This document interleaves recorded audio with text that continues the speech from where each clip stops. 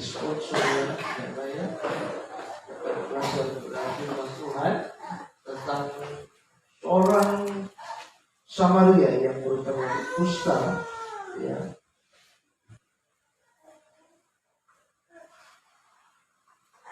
Yang mengalami kesembuhan, saudara.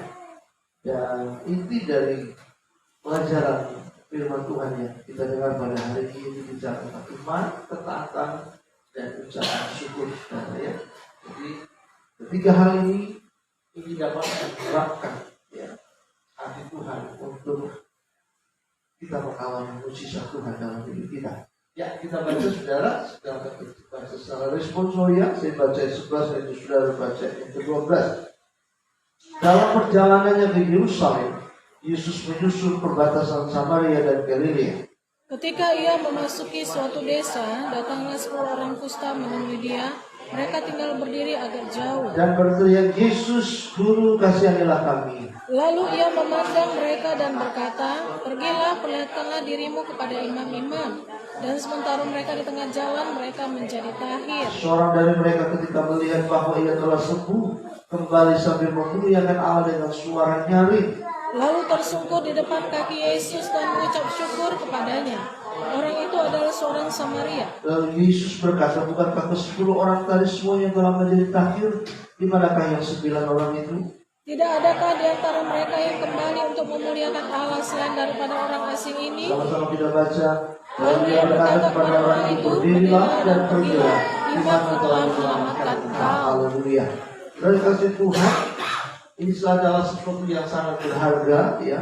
Ketika iman dan percaya kita itu sudah mendapat penghargaan, apresiasi, ya, dari Tuhan, ya, karena kita benar-benar percaya, ya, dan mentaati firman Tuhan, ya. Nah, seperti yang dialami oleh orang berpenyakit kusta ini, sudah dia datang kembali dengan mengucap syukur kepada Tuhan setelah dia mengalami kesembuhan. Nah, saudara, secara histori dia adalah seorang Samaria, dan Samaria ini sudah adalah warga kelas 2. Kenapa disebut warga kelas 2? Karena dia adalah campuran Israel dan orang Kanaan. Jadi orang Israel itu diperintahkan oleh Tuhan, saudara, untuk tidak mengambil pasangan hidup dengan penduduk asli di Kanaan. Tuhan marah, ya. Tapi yang namanya manusia, ya, apalagi orang Israel ini terjadi tukang melawan. Jika saudara, akhirnya mereka kawin dengan penduduk di Kanaan. Dan orang-orang Yahudi yang taat kepada perintah Tuhan itu mengasingkan diri kepada mereka, mengusir mereka, saudara, ya. Sehingga jadilah mereka disebut sebagai orang Samaria, ya. Jadi kata sebutan Samaria ini bukan sebutan suku, tapi sebutan seperti ejekan, nah gitu, saudara, ya. Samaria, gitu, ya. Artinya orang campuran, bukan orang pilihan. Karena Tuhan sudah menetapkan, saudara, perjanjian dari Abraham, Ishak, dan Yakub untuk mereka tidak boleh mengambil yang lain, harus dari, ya, suku Israel itu saja, ya. Sehingga sudah mereka diasingkan, ya. Jadi Samaria ini adalah campuran Israel dan Kanaan. Jadi artinya, saudara, Tuhan ketika datang ke dalam dunia, ya, dia menyelamatkan orang-orang Israel, khusus orang Israel, ya. Walaupun kita lihat, saudara, dari dalam Alkitab kita, Injil, ada Tuhan memberikan kesembuhan kepada orang di luar dari Yahudi, ya. Ada perempuan Kanaan, Sirofenisia, dan ada juga ini orang Samaria, ya. Nah, saudara, dia mengalami penyakit kusta. Dia berjumpa dengan Kristus dan dia mengalami kesembuhan, saudara, ya. Nah, mungkin juga, saudara, saat ini kita pun juga sudah sedang mengalami yang namanya masa-masa suram, ya. Ada krisis, ada persoalan, ya. Namun kita harus menatap masa depan. Ada satu hal yang harus kita yakini, saudara. Kita harus berani dengan iman bahwa Tuhan Yesus yang kita sembah, Tuhan yang kita puji, yang kita muliakan itu tidak akan meninggalkan kita, ya. Nah, dan kita tidak tahu berapa lama kita hidup. Hanya Tuhan yang tahu, ya. Tapi selama kita ada, saudara, bernafas, ya, mari kita harus mempertahankan iman, ya. Pertahankan iman, percaya kita, saudara, supaya Tuhan itu berkenan akan hidup kita, ya. Karena dalam Ibrani 11 ayat 6 dikatakan, tetapi tanpa iman tidak mungkin orang berkenan kepada Allah.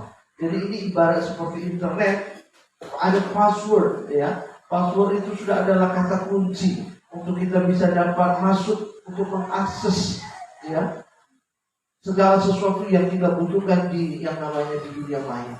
Nah, kita pun juga begitu sudah. Untuk kita bisa dapat mengakses ya berkat dari surga, maka kita harus punya iman. Amin, saudara. Tanpa iman kita nggak berkenan ya kepada Tuhan. Jadi iman yang kita terima itu sudah adalah anugerah Tuhan yang harus terus kita aktifkan, yang terus harus kita pertahankan ya dalam kehidupan kita. Nah, hari ini kita belajar dari orang Samaria, saudara, seorang yang mampu menggerakkan ya dan menyenangkan hati Tuhan ya dengan imannya ya. Jadi sudah dikasih Tuhan, ada dua hal yang mau kita pelajari dari kebenaran firman Tuhan ini, saudara. Yaitu yang pertama, saudara, miliki iman dan ketaatan ya. Iman dan ketaatan itu kepada perintah dan perkataan Tuhan ya. Nah, saudara, kita melihat di situ, saudara, ketika mereka datang, 10 orang ini sudah datang kepada Tuhan untuk minta kesembuhan dari Tuhan. Tuhan berkata, perlihatkan dirimu kepada imam. Ya, saudara, Tuhan belum bilang bahwa oh sini yang biar aku sembuhkan, atau tidak ada. Ya, perintah Tuhan sudah adalah perlihatkan dirimu kepada imam. Nah, saudara, kalau kita melihat di dalam perjanjian lama, khususnya kitab imamat, itu bicara tentang keimatan, saudara. Itu orang yang penyakit kusta nggak boleh, jangankan melihat imam, saudara ya, melihat orang lain, orang biasa pun juga nggak boleh. Apalagi imam sudah seorang yang tahir, dia nggak bisa dekat-dekat. Apalagi ketika dia berpakaian dan berjubah, ya, imam nggak bisa, ya. Nah, saudara, firman Tuhan ini dikatakan pergilah, ya, perlihatkan dirimu kepada imam. Itu adalah sesuatu, saudara, yang nggak masuk akal, ya. Tapi mereka taat kepada perintah, perkataan Tuhan. Mereka langsung balik. Mereka gak ada tanya-tanya. Tuhan sembuhkan dulu biar aku perlihatkan diriku kepada imam. Ya, pasti orang yang 9 ini pasti tahu, saudara ya, mengenai apa itu namanya tentang datang kepada imam. Ya, jadi kitab imamat itu bicara tentang kitab etika, saudara ya, dalam hal ibadah. Jadi saudara, Tuhan menyuruh mereka pergi, ya, dan mereka pergi. Tapi setelah ketika mereka di tengah jalan, mereka sadari, saudara, bahwa tiba-tiba mereka sudah mengalami kesembuhan. Nah, saudara, segala sesuatu yang kita harapkan, yang mau terjadi di dalam hidup kita, ya, apakah itu cita-cita, apakah itu yang menjadi kerinduan apapun, saudara, harus didasari dengan iman kepada Tuhan, ya, supaya itu terjadi di dalam kehidupan kita. Jadi, saudara, iman itu adalah dasar atas harapan kita, ya, dan bukti untuk memperlihatkan kepada dunia, ya, bahwa kita sudah mendapatkan. Walaupun, saudara, kita belum melihat. Nah, gitu ya. Ada banyak orang, saudara, mungkin berkata soal logika, ya. Logika itu sudah adalah sesuatu yang harus berdasarkan hal yang masuk akal. Akan begitu, saudara.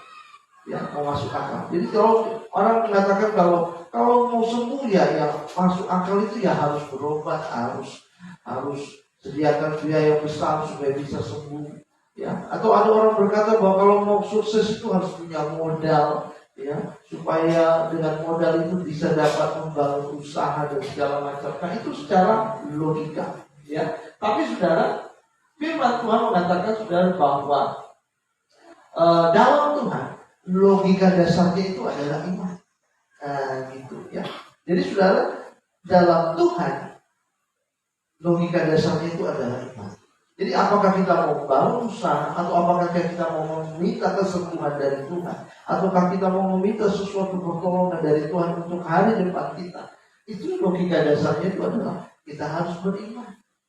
Ya. Kalau kita tidak beriman, saudara, maka kita tidak akan bisa mendapatkan pertolongan Tuhan. Nah, ke-10 orang kusta ini, saudara, mereka mendengar perkataan Tuhan, perlihatkanlah dirimu, ya, kepada imam. Tuhan tidak ada berkata yang lain-lain, saudara. Cuma putar balik, perlihatkan dirimu kepada imam. Nah, mereka dengan iman percaya apa yang Tuhan katakan itu, ya, apa yang Tuhan perintahkan itu. Nah, saudara, di tangan kita ada Alkitab, ada firman Tuhan. Firman Tuhan itu perkataan Tuhan. Mari baca itu dan percaya, ya. Sehingga saudara kita bisa dapat mengerti, ya, dan memahami Tuhan itu, dan kita bisa mendapatkan mujizat Tuhan. Nah, kesembuhan orang kusta tadi pun saudara yang kita baca itu, ya, itu melalui iman, ya, dan ketaatan terhadap perkataan Tuhan. Jadi saudara, kesembuhan yang mereka terima itu karena mereka taat melalui iman mereka. Jadi ketika mereka mendengar firman Tuhan berkata, perlihatkan dirimu, mereka yakin bahwa mereka sudah sembuh. Karena untuk memperlihatkan kepada imam itu harus sembuh dulu. Nggak bisa orang yang berpenyakit itu sudah datang menghadap imam. Nggak bisa. Jadi sudah ketika dia dengar perlihatkan dirimu, itu dia sudah ada iman. Ya. Jadi kesembuhannya itu sudah terjadi karena dia melalui iman. Ya. Dan ketaatannya, ya, terhadap perkataan Tuhan. Jadi sudah ketika kita baca firman Tuhan ini sudah, ya, maka kita benar-benar mendengar, ya, dan mentaati firman Tuhan itu, dan jadilah itu di dalam kehidupan kita. Ya. Nah, saudara, ketaatan itu menjadi sesuatu yang sangat mahal dan langka saat ini, hari-hari ini. Karena saudara, nggak bisa orang yang namanya itu saudara hari-hari ini mau taat. Kenapa? Karena manusia cenderung untuk mau melakukan apa yang menjadi pemikirannya, ya. Merasa lebih maju, merasa lebih nomor satu, ya, merasa lebih tahu di depan dan segala macam, saudara. Maka saat ini menjadi mahal dan langka untuk yang namanya ketaatan itu, saudara. Ya, ada banyak orang saudara dia tidak sabar menanti dan akhirnya tidak mendapat apa yang diharapkan, saudara. Kenapa? Karena mereka menghilangkan yang namanya ketaatan. Ya. Untuk menantikan Tuhan itu saudara bekerja dalam hidupnya, itu menjadi sesuatu yang membosankan bagi mereka. Apalagi waktu ini sekarang, hari-hari ini sudah adalah hari yang orang mau supaya serba instan, ya. Bila perlu langsung, nah kan begitu, mau serba cepat. Ya. Padahal saudara, waktu kita sama waktu Tuhan berbeda. Ya. Dalam Yesaya 55 dikatakan saudara bahwa pikiran kita dengan pikiran Tuhan itu jauh sekali, ya, seperti langit dan bumi. Jadi nggak bisa kita jangkau pikiran Tuhan itu.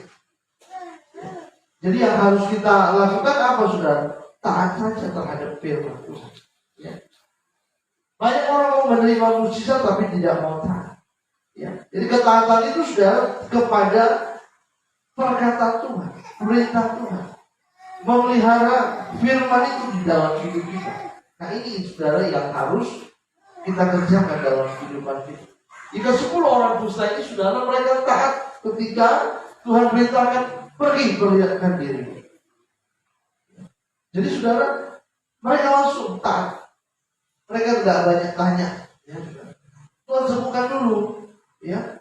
Datanglah dulu Tuhan, dekati kami, doakan kami. Tidak ada di mereka berkata seperti itu, saudara. Tapi mereka justru ketika dengar itu mereka tidak membantah, langsung pergi memperlihatkan diri kepada Dia. Jadi taat kepada perintah, kepada perkataan Tuhan, ya. Sehingga saudara mereka mengalami mujizat Tuhan. Apa seperti 2 minggu lalu sudah saya sampaikan, mengapa saudara Tuhan geser, ya, Saul menjadi raja?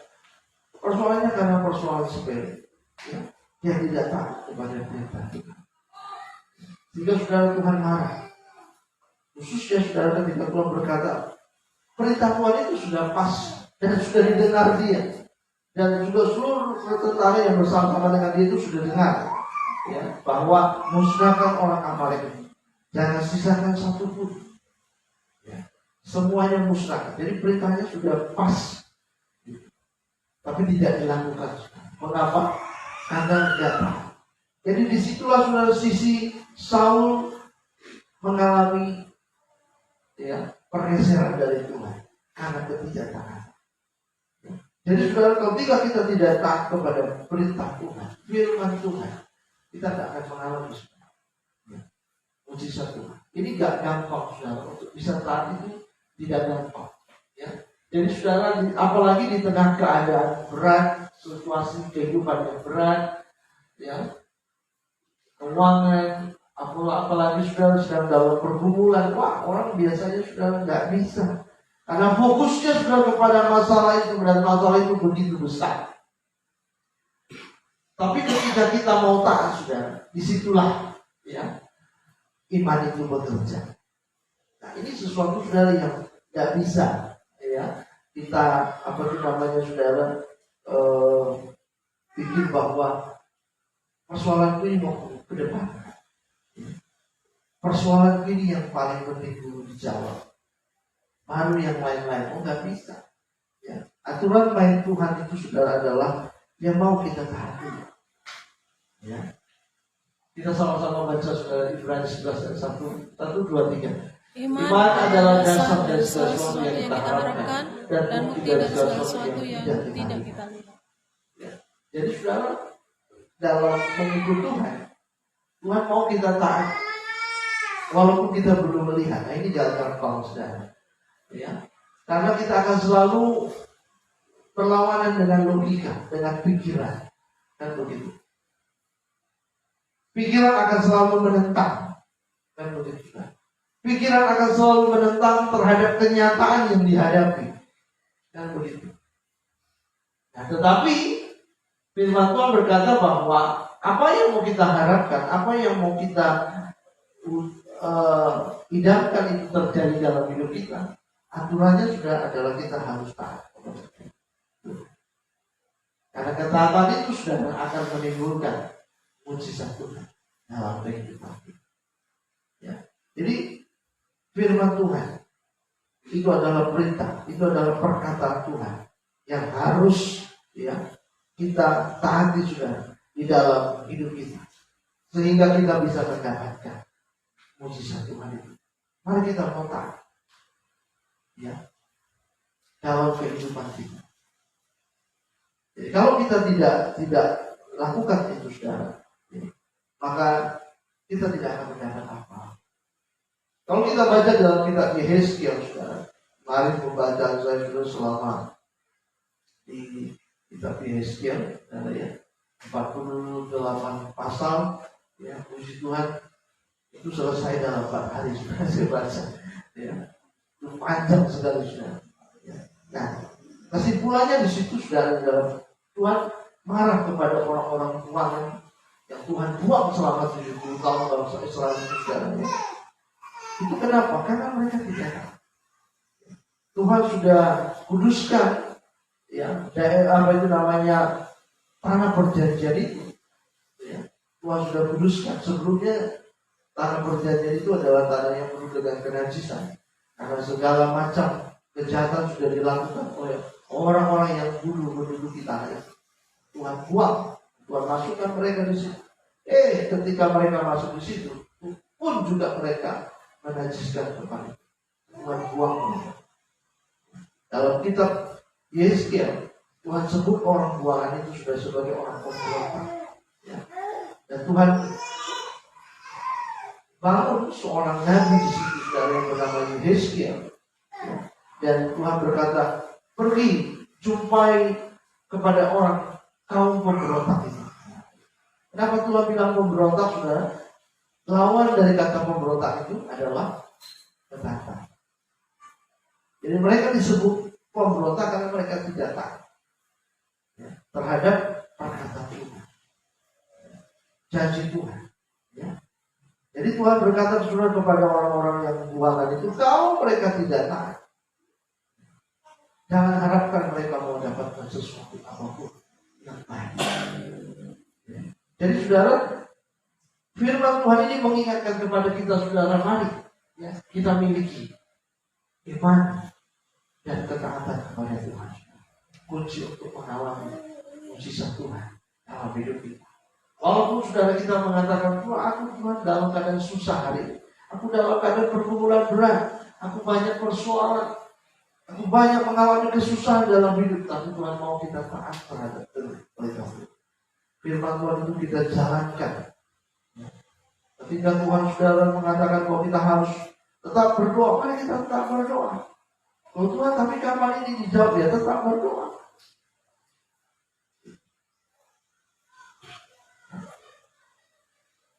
Jadi saudara, ini yang namanya ketaatan. Kesetiaan di dalam ibadah pun itu juga sudah merupakan ketaatan. Tidak gampang saudara untuk taat setia ibadah. Gampang saudara. Kenapa? Karena kita selalu mau mengikuti selera kita, kehendak kita, dari kita, kemauan kita. Nah, itu harus ditundukkan saudara sehingga mukjizat Allah terjadi dalam kehidupan kita. Tidak gampang untuk taat. Tapi ketika kita mau taat, maka saudara, Tuhan kagum dengan kita. Tuhan mengapresiasi ketaatan kita. Jadi kita saudara akan mendapatkan mujizat Tuhan itu di dalam kehidupan kita ketika kita bisa taat. Ya. Tuhan akan bekerja di saat kita saudara hidup di dalam ketaatan. Yang kedua saudara, yaitu yang menggerakkan hati Tuhan saudara jika mereka mengalami yang orang Samaria ini, ya, mengalami mujizat Tuhan juga adalah karena dia tidak lupa untuk bersyukur. Ya. Dan sudah banyak orang tidak mampu menggerakkan hati Tuhan saudara karena dia hanya ucapan syukur. Ya.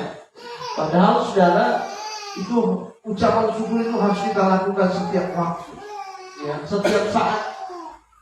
Karena kita nggak tahu kapan hidup kita ini akan berakhir. Jadi kita harus isi kehidupan kita itu sudah dengan ucapan syukur. Ya. Nah, orang Samaria itu dia memuliakan Tuhan sudah dengan suara yang nyaring, hatinya meluap-luap, dia bergembira dan bersukacita. Dia datang kembali kepada Tuhan ketika melihat kondisinya sudah berubah. Dia mengalami pentahiran dalam hidupnya saudara. Dia datang kembali. Kita baca tadi sudah dia kembali sampai memuliakan Allah dengan suara yang nyaring. Ya. Karena suara yang nyaring itu sudah diterjemahkan dalam bahasa aslinya dia memuji Tuhan. Jadi sudah dikasih Tuhan untuk kita mengalami mujizat Tuhan dalam hidup kita. Harus identik hidup kita itu sudah dengan ucapan syukur. Ya. Jadi Tuhan itu sudah sangat disenangkan dengan pujian.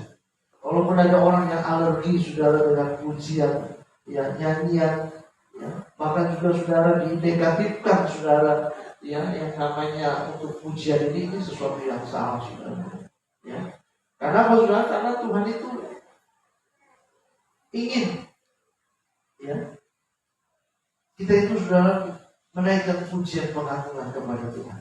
Dan pekerjaan kita pun juga nantinya saudara di surga. Kalau kita baca kitab Wahyu, itu kita akan memuji Tuhan, memuliakan Tuhan.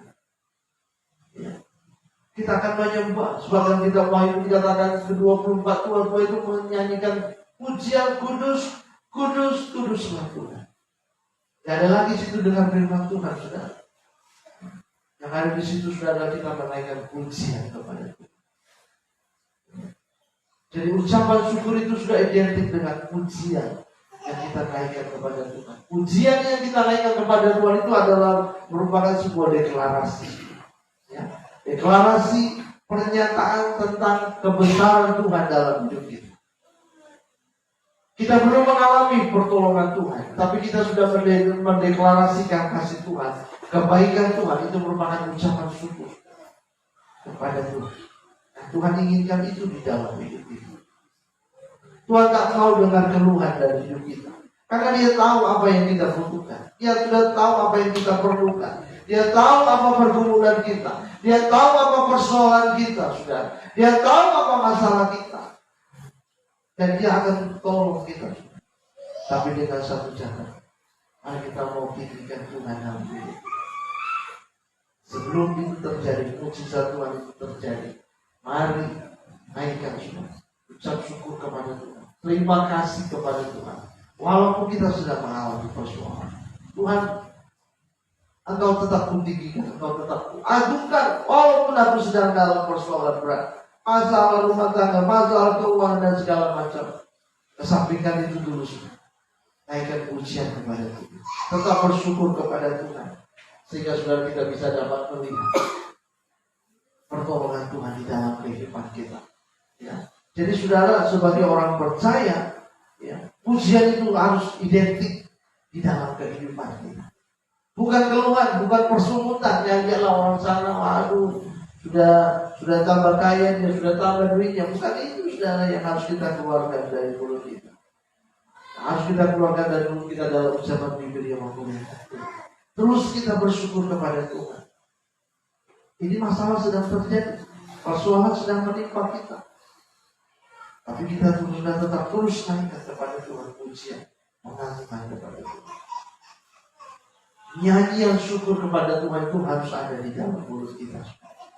Bukan kata-kata keluhan, kata-kata mengasihani diri sendiri. Oh jangan, tidak akan dapat mujizat kita. Ya, apalagi kalau kita mengasihani diri sendiri, ya beginilah nasibku, ya beginilah aku. Tidak ada untungnya itu sudah. Ya. Justru itu mendatangkan semakin hari semakin datang kesialan dalam hidup kita. Kenapa? Karena kita berusaha untuk mengasihani diri. Tidak ada yang mau tolong kita. Tidak ada. Tuhan itu tidak mau tolong. Tuhan mau tolong kita saudara ketika kita isi hati kita dengan ucapan syukur kepada Tuhan. Naikkan pujian kepada Tuhan. Itu sebabnya saudara saya mengajak kita.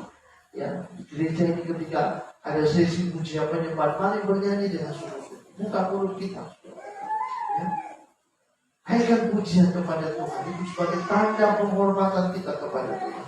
Ucapan syukur kita itu sudah merupakan bentuk deklarasi kita, pernyataan tentang kebesaran Tuhan dalam kehidupan kita, kebaikan Tuhan dalam hidup kita. Kapan terakhir kali kita mengucap syukur kepada Tuhan? Mungkin ada berkata, oh sebulan yang lalu. Ada berkata 2 minggu yang lalu. Atau seminggu sekali aku mengucap syukur kepada Tuhan. Oh sudah, jangan begitu. Hari ini kita mau rubah. Ya, setiap saat kita mau mengucap syukur kepada Tuhan. Berterima kasih kepada Tuhan. Bangun pagi, awali dengan kata Tuhan, terima kasih Kau baik bagi. Ya, kenapa saudara? Karena kita masih bernafas. Ya. Kita bisa sehat, kita bisa berjalan, kita bisa melangkah. Ada orang bangun pagi sudah nggak bisa lagi nafas. Ada orang bangun pagi sudah tergeletak. Jadi kalau kita sudah bisa bernafas, kita bisa melihat matahari pagi. Nah, kita bersyukur kepada Tuhan. Kita awali dengan mengucap syukur dengan hal-hal yang kecil. Ya, biasanya di dalam benak kita sudah kita mengucap syukur kalau sesuatu yang besar terjadi. Baru kita mengucap syukur. Tidak, saudara. Hal yang kecil pun kita latih untuk bersyukur melalui hal-hal yang kecil. Ya, kita bersyukur kepada Tuhan. Jadi kita melatih, saudara. Ya, kita melatih diri kita sudah untuk kita mengucap syukur.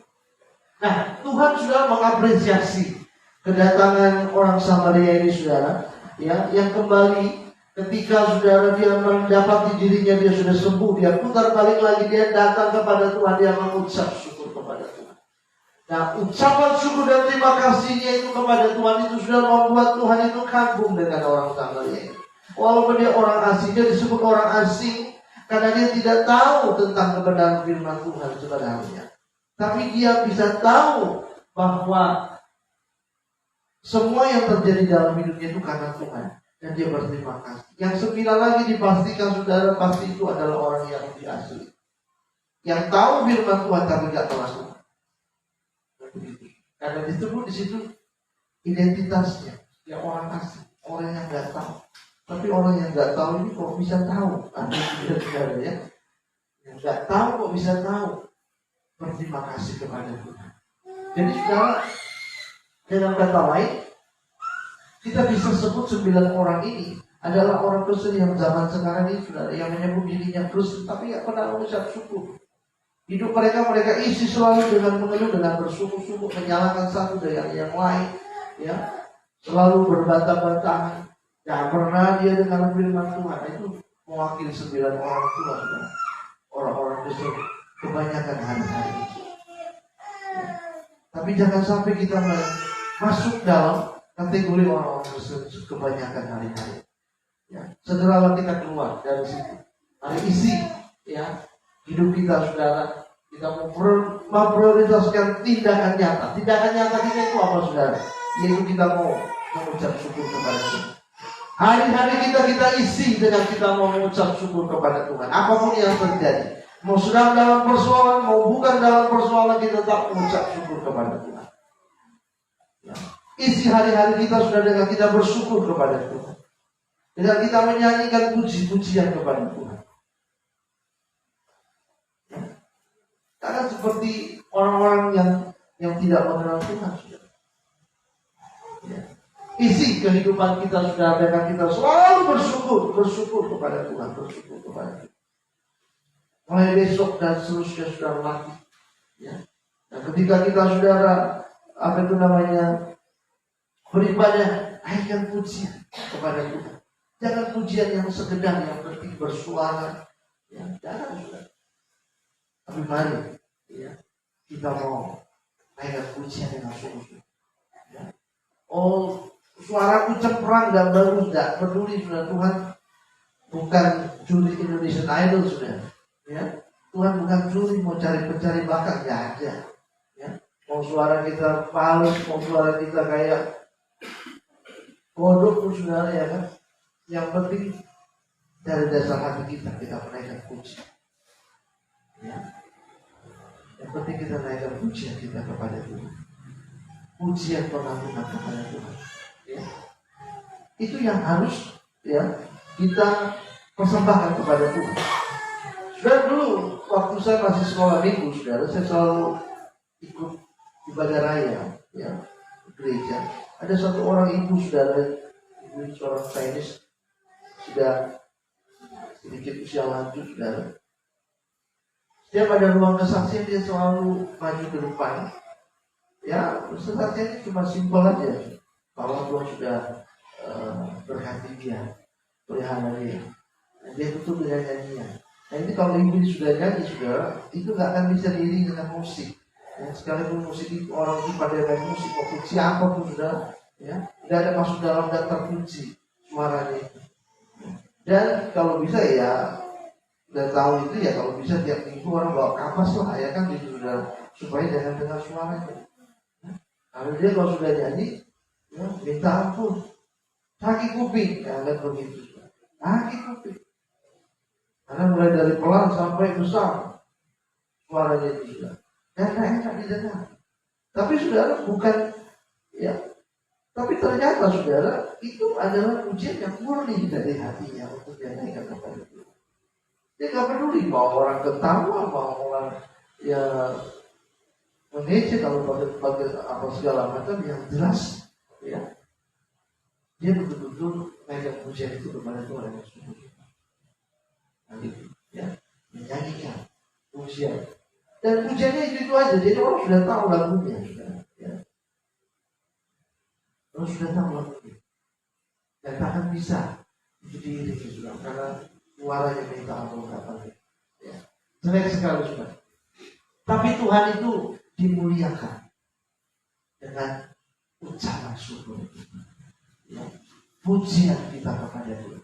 Jadi saudara mari, ya, kita mau naikkan pujian kita saudara kepada Tuhan. Tidak lupa berterima kasih kepada Tuhan. Bukan hanya hal-hal yang besar, tapi itu terhadap hal-hal yang kecil sekalipun. Mari kita mau bersyukur kepada Tuhan. Ya. Kita belajar dari orang Samaria, saudara, yang diapresiasi oleh Tuhan. Luar biasa. Ya. Yang mau datang kembali kepada Tuhan, tersungkur dan dia memuliakan Tuhan. Jadi mari, saudara, dalam ibadah kita, pujian itu yang kita naikkan itu adalah bentuk kita memuliakan Tuhan, kita mengagungkan Tuhan. Tanda kebesaran Tuhan itu dalam kehidupan kita. Ya. Jadi jangan lupa untuk kita bersyukur kepada Tuhan. Mungkin kita sedang dalam pekerjaan atau kita sedang mengendarai ya kendaraan di jalan pun juga saudara, mari kita naikkan pujian kita kepada Tuhan. Ya, naikkan pujian kepada Tuhan. Atau kalau ada headset sudah, kita bisa bawa headset, tapi kita dengarkan pujian dan ikuti pujian itu. Yang jelas saudara, isi kehidupan kita dengan kita memuji Tuhan, memuliakan Tuhan, sehingga berkat Tuhan, mujizat Tuhan itu terjadi di dalam kehidupan kita. 1 Tesalonika 5:18 kita sama-sama baca saudara. Benar firman Tuhan ini. Sudah dapat 1, 2, 3. Mengucap syukurlah dalam segala hal, sebab itulah yang dikehendaki Allah di dalam Kristus Yesus bagi kamu. Ya, jadi mengucap syukur dalam segala hal. Ya. Dalam segala hal berarti baik dalam keadaan baik ataupun juga dalam keadaan tidak baik. Lagi sakit, ya mengucap syukur kepada Tuhan itu maksudnya dalam segala hal. Ya. Lagi rugi, ya mengucap syukur kepada Tuhan. Lagi dibohongi orang, ya mengucap syukur kepada Tuhan. Ya. Lagi di PHP sama orang, ya mengucap syukur aja sama Tuhan. Dan begitu. Jangan kita mengucap syukur bahwa ketika ada orang kasih berkat sama kita, enggak, saudara. Itu biasa. Ya, itu ucapan syukur yang sudah lumrah orang yang tak kenal Tuhan. Itu tahu. Kan begitu, saudara. Yang tidak bisa dilakukan oleh orang lain lah yang harus kita lakukan. Kan gitu, saudara. Mengucap syukur kepada Tuhan. Ya. Dalam segala hal. Itu sesuatu yang luar biasa, saudara. Dalam kehidupan kita. Nah, Efesus 5 ayat 20 kita sama-sama baca 1, 2, 3. Ucaplah syukur senantiasa atas segala sesuatu dalam nama Tuhan kita Yesus Kristus kepada Allah dan Bapa kita. Nah, ini kalimatnya sama dengan dalam segala hal, tapi dalam segala sesuatu ini, saudara, itu berbicara tentang keadaan. Nah, ini saudara, ini bicara lebih ditekankan kepada keadaan, kepada situasi, kondisi di mana kondisi kita sedang tidak baik, kondisi kita sedang tidak bagus, tapi kita mau mengucap syukur kepada Tuhan. Ini nggak bisa, saudara. Ya, itu nggak bisa dilakukan. Tapi itu betul-betul harus dilakukan, saudara, dalam kehidupan kita. Segala sesuatu, saudara, segala sesuatu itu bicara tentang keadaan. Jadi mau keadaan baik atau keadaan tidak baik, kita tak mengucap syukur kepada Tuhan. Jadi ini mengucap syukur itu sudah bukan keadaan kita yang sedang mood atau tidak mood. Kita baru mengucap syukur, nggak bisa. Ya. Tapi keadaan mengucap syukur itu sudah ada bentuk penghormatan kita kepada Tuhan. Kenapa? Karena Tuhan itu yang berdaulat atas hidup kita. Karena Tuhan itu yang pegang hidup kita. Karena segala sesuatu dalam jalan kita itu semuanya sudah ada di dalam aturannya. Gak ada yang bisa kita buat dan yang bisa kita capai tanpa Tuhan, ya, yang mengendalikan kehidupan kita. Jadi saudara mau keadaan baik ataupun tidak baik, kita mau tetap mengucap syukur. Seperti Habakuk 3 dalam doanya itu sudah dia bersyukur kepada Tuhan. Dia bersyukur kepada Tuhan bukan dalam keadaan yang sedang bagus. Dikatakan sudah dalam kitab Habakuk itu kandang domba kosong. Sebab apa, saudara? Diambil orang semua. Hasil anggur mengecewakan. Busuk semua. Nah, karena itu mau dijual, busuk semua. Jadi saudara, dalam kitab Habakuk itu semuanya dalam keadaan betul-betul minus, kosong. Ya. Gak ada betul-betul rugi lah. Buntung. Nah, itu dia, sudah. Tapi dalam Habakuk itu dikatakan dia bersukaria, memuji Tuhan, memuliakan nama Tuhan. Yang menurut orang-orang yang tidak mengenal Tuhan itu sudah kan begitu. Ini bisa pula dia bersyukur kepada Tuhan. Piaranya dombanya hilang sudah. Lembunya diambil orang, dia bersyukur kepada Tuhan. Gila ini. Kebun anggurnya busuk semua, rugi, bersyukur pula dia sama Tuhan. Gila itu. Sama seperti kemarin itu sudah ada di Facebook itu ada seseorang, sudah dia petani apa itu ya, petani minyak itu ya, petani minyak. Dia itu sempat anjlok sudah harga sawitnya itu ya, harga sawit. Jadi dia punya ladang sawit itu cukup besar karena sudah turun ke harga 800 rupiah. Dia umumkan di Facebook itu, siapa yang mau ambil sawitku ambil sekarang cepat. Nggak usah bayar, nanti lagi semua. Begitu ya. Dia umumkan begitu. Kenapa? Karena harganya anjlok pada waktu itu. Dia punya kebun sawit luas, ya, tapi harganya 800. Marah sudah. Marah. Jika akhirnya saudara dia bilang begitu. Dia bilang begitu. Kenapa? Orang identik sudah pasti meluapkan kekecewaan, marah, ya, emosi, dan kalau bisa sudah keluar kata-kata hujatan dan segala macam. Itu pada umumnya dan begitu. Secara logika dan begitu. Orang yang waras pasti begitu.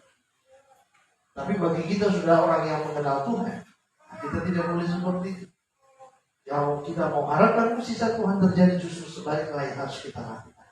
Ini nggak masuk akal sudah. Tapi dalam kita mengikut Tuhan, Tuhan itu ajaib. Tuhan itu luar biasa. Ya, dia sanggup untuk menolong kita. Mujizat akan terjadi ketika kita mau mengucap syukur. Kalau kita tidak berani untuk bersyukur kepada Tuhan, tidak akan terjadi mujizat. Itu sudah ya. Jadi, mari kita mau mengucap syukur segala sesuatu dalam keadaan baik ataupun tidak baik, kita mau mengucap syukur. Satu lagi dalam Mazmur 86 ayat 12, kita sama-sama baca 1, 2, 3. Aku hendak bersyukur kepadamu ya Tuhan Allahku dengan segenap hatiku dan memuliakan namamu untuk selama-lamanya. Dalam Mazmur 86 ini, mari kita mau mengucap syukur kepada Tuhan bukan untuk 1-2 hari, bukan untuk sebulan, bukan untuk 2 bulan, bukan untuk 6 bulan, tapi apa saudara? Untuk selama-lamanya, selama kita hidup, selama kita bernapas, berapapun usia kita saudara, sepanjang hidup kita, mari kita tetap terus bersyukur kepada Tuhan. Dekatkan dalam hidup kita, apapun yang terjadi dalam hidup, aku mau tetap bersyukur kepada Tuhan. Baik ataupun tidak baik keadaan kehidupan, walaupun hari ini sepertinya suram, mendung, tapi aku mau tetap bersyukur kepada Tuhan. Itulah yang harus kita lakukan. Pemazmur dia berkata, ya Tuhan, aku hendak bersyukur dengan segenap hati. Ini gak gampang sudah dengan segenap hati. Gak gampang dengan segenap hati. Tapi ketika kita mau tekadkan, kita mau tahu, karena kita tahu saudara bahwa di balik ucapan syukur itu ada pertolongan Tuhan. Mari kita mau berucap untuk selama-lamanya, bukan untuk 1-2 bulan, tapi untuk selama-lamanya kita mau tetap bersyukur kepada Tuhan, sehingga saudara Tuhan disenangkan lewat ujian kita, pengagungan kita kepada Tuhan. Saya tutup dengan kesimpulan begini saudara, bahwa ketaatan itu ada sesuatu yang sangat penting, ya. Ketaatan itu sudah mendatangkan berkat Tuhan bagi kita. Dan Tuhan menghendaki kita sudah menjadi pribadi yang taat, ya. Dan itu taat dan setia sampai akhir hayat kita, ya. Mari kita sudah menjadi pribadi yang taat dan setia sampai akhir hayat kita, sampai Tuhan memanggil kita sudah. Kita mesti. Karena kalau kita berhenti di tengah jalan, segala sesuatu yang sudah baik yang kita lakukan itu tidak akan diingat lagi sudah. Itu tidak akan menjadi tolak ukur untuk kita mendapat keselamatan. Di tengah jalan kita mundur, maka kita tidak dapat apa-apa. Ya. Itu Tuhan sudah. Jadi kita jangan berhenti di tengah jalan. Finish sampai akhir hayat kita. Kita mau tetap mengucap syukur kepada Tuhan. Kita mau menjadi pribadi yang taat. Ucap syukur dalam segala hal. Walaupun hari ini kita sedang mengalami pergumulan, kita sedang mengalami keuangan yang betul-betul menipis, ya. Tapi kita mau tetap mengucap syukur kepada Tuhan. Kita harus maju terus bersama Tuhan, pertahankan iman kita dan lakukan tindakan nyata, yaitu ucapan bibir yang memuliakan Tuhan. Kita selalu bersyukur kepada Tuhan. Kita mau selalu bersyukur kepada Tuhan, saudara, sehingga kita boleh dapat melihat mujizat Tuhan dalam kehidupan kita. Amin, saudara. Awal bulan yang baru September 2022 ini, kita tanpa terasa kita sudah berada ya sudah kita jalani 2/2 ya tahun 2022. Sebentar lagi ya sedangkan akhir tahun 2022. Mari kita mau tekadkan dalam hidup kita mau bersyukur kepada Tuhan. Selama ini kita berkata kepada Tuhan, Tuhan maunya Tuhan aku diberkati. Kita mau desak-desak Tuhan terus, kita minta kau diberkati. Kita mau jadi orang yang kalau bisa terhindar dari persoalan. Siapapun sudah mau terhindar dari persoalan. Tapi yang jelas sudah dalam hidup kita, mari isi hari-hari kita dengan kita selalu bersyukur kepada Tuhan. Kita mau memuji Tuhan, kita mau memuliakan Tuhan dalam kehidupan kita. Puji Dia, Yesus.